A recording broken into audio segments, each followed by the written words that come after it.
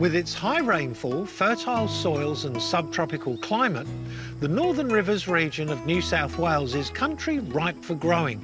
So it's no wonder there are so many nurseries and farms around here. Today I'm about 20 minutes inland from the Ballina coast, checking out a nursery run by Sam and Matt Birkwood. It specialises in one of my favourite plants, bamboo. Matt and I actually came from Asia and were living over there working, and so we had a real passion for seeing the many uses it had over there. It's when we started looking at coming back to Australia and looking at nurseries, because Matt's background is horticulture. We found this place and just fell in love. How long have you been here? We've been here for 5 years now. And how many different varieties do you grow here? We've got around about 100 in ground. Wow. We sell around about 35 retail. Well, 100? Yeah. You would be one of Australia's most significant bamboo collections. Yes, absolutely. Yeah, I think we're top 3 in Australia, and certainly the guy who founded this, he was one of the pioneers at bringing them all himself in, and this was kind of his garden. So we've kind of loved just inheriting this and just, you know, growing it ourselves now. You're second-generation pioneers. No, something like that. Fantastic. Now, I know that a lot of Australians hate bamboo, but I think a lot of that hatred is based on misinformation. So today, I'm going to bust a few bamboo myths. Starting with perhaps the biggest one of all, that all bamboo is uncontrollably invasive. There's 2 types of bamboo. There is the running bamboo, and I think Matt's got an example here. So a running bamboo, as you can see, it has the root system here, but then it sends these, you know, shoots Rhizomes. out, Yep. and then each one of these can send off new bamboo, and this is what you Yes. definitely don't want to put in your garden. Yes. And going and getting a piece from your friend down the road is you run the risk of planting this. So this is a clumping bamboo. So you can see the distance between the culms are much closer. Yes. And you can see it almost like a ginger root, we kind of tell Yes. people. You know the ginger you eat? It is. It kind of looks very similar to that.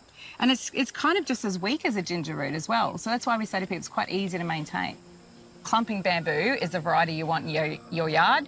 Will not take over your yard, will not go to your neighbour's place. That's the one you want. I'm glad we've cleared that up. First myth busted. Now, another thing I'm being asked all the time is, how do you control their height?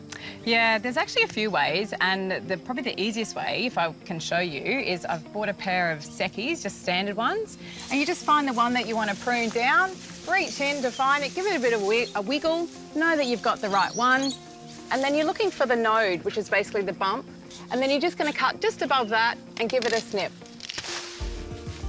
I'm going to do these lower ones. So with nothing more than a pair of secateurs, you can manage the height of bamboo by simply pulling the canes down. Once a bamboo cane is cut, it maintains that height. So it's a great option for a fast-growing hedge or screen. There you go. How easy is that? I'd say that's myth number 2 busted. A third misconception about bamboo is that it's impossible to trim to a neat hedge. But Matt makes very quick work of it. That's looking good. It's a beautiful crisp hedge, isn't it? It's super simple. People think it's difficult, but it's not. How often would you hedge it? Well, we recommend in September and again in February to March, after the grow seasons. It takes me longer to set up and clean up than actually do the job. Who cleans up? The final misconception about bamboo that I want to cover is that you can't stop them from invading under the neighbour's fence. Yeah, well, certainly clumping bamboo doesn't do that. But for peace of mind, we'd recommend something like this called a root barrier. Really simple. It's basically just put in the ground because the bamboo root really only grows 30 centimetres. So if you have something like this, which is a landscape quality root barrier, it's got a rough side on this side and on the inside it's nice and shiny. Once it's in the ground, the roots will come along, hit it, and then just reflect back. So something like this where we want a nice lineal screen, it just helps to direct the bamboo. So you pop most of it in the ground and just have like little 10 centimetres above ground. OK. And then once you have your little leaf fall over winter, you can grab that and use it as mulch, or you can use your old bamboo poles as mulch as well, because all these leaves have some beautiful nutrients in it that they then use the following year to provide a bit of self-food. Now we've covered all those frequently asked questions, we've got the perfect solution for keeping good neighbourly relations. We do, you know, it's a great plant just to, you know, get some beautiful green in your garden, and if you have something you want to screen out, it is nice and quick, but, you know, it does need some maintenance every now and then.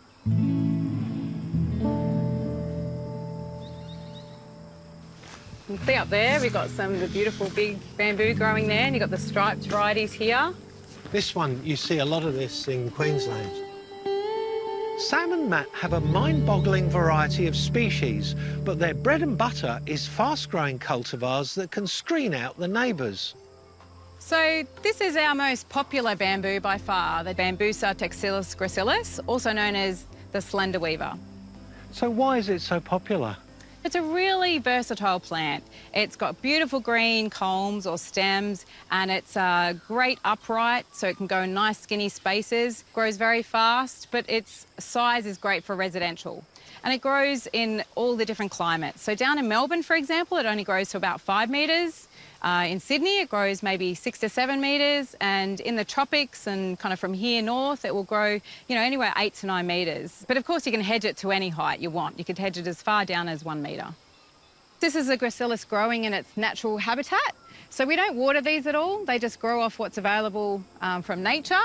And you can see these ones have been in for around about 5 years.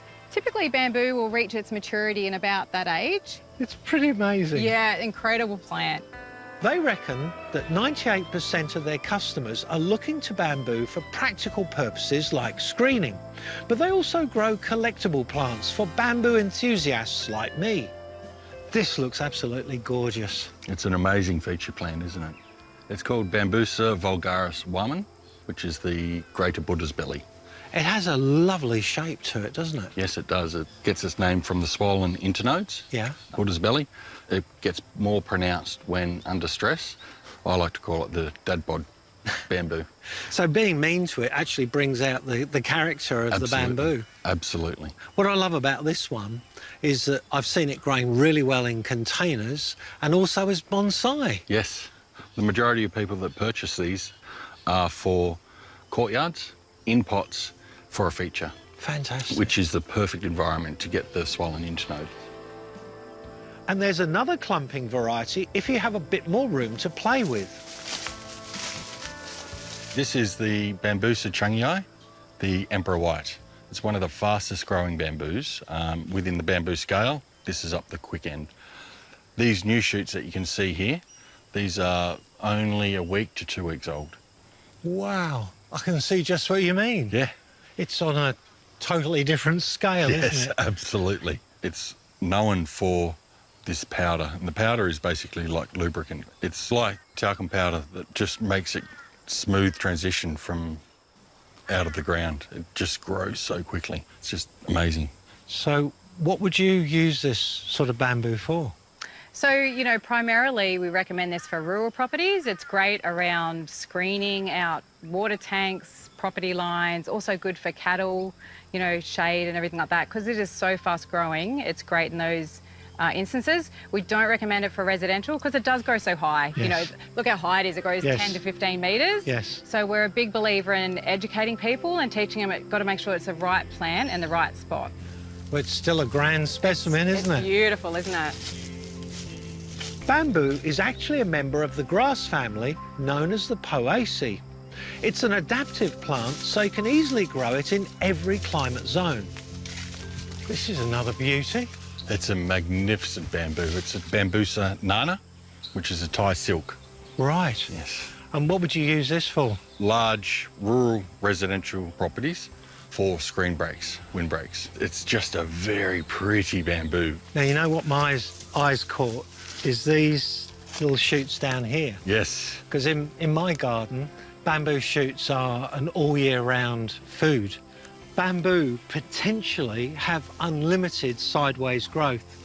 And in my garden, the way I control them is when these shoots are young and juicy like this, they're so easy to break off. And that also coincides with the best time to harvest bamboo for shoots for eating. Absolutely. And this is just ready to snap. And look at that. That's juicy. That's dinner sorted. Yeah. While all bamboo is technically edible, some are much easier to prepare than others. So do your homework. Beautiful, resilient, productive and varied. It's hard to think of an equivalent plant group that's better suited to the rigours of urban horticulture than bamboo. Follow Sam and Matt's advice and you'll never go wrong.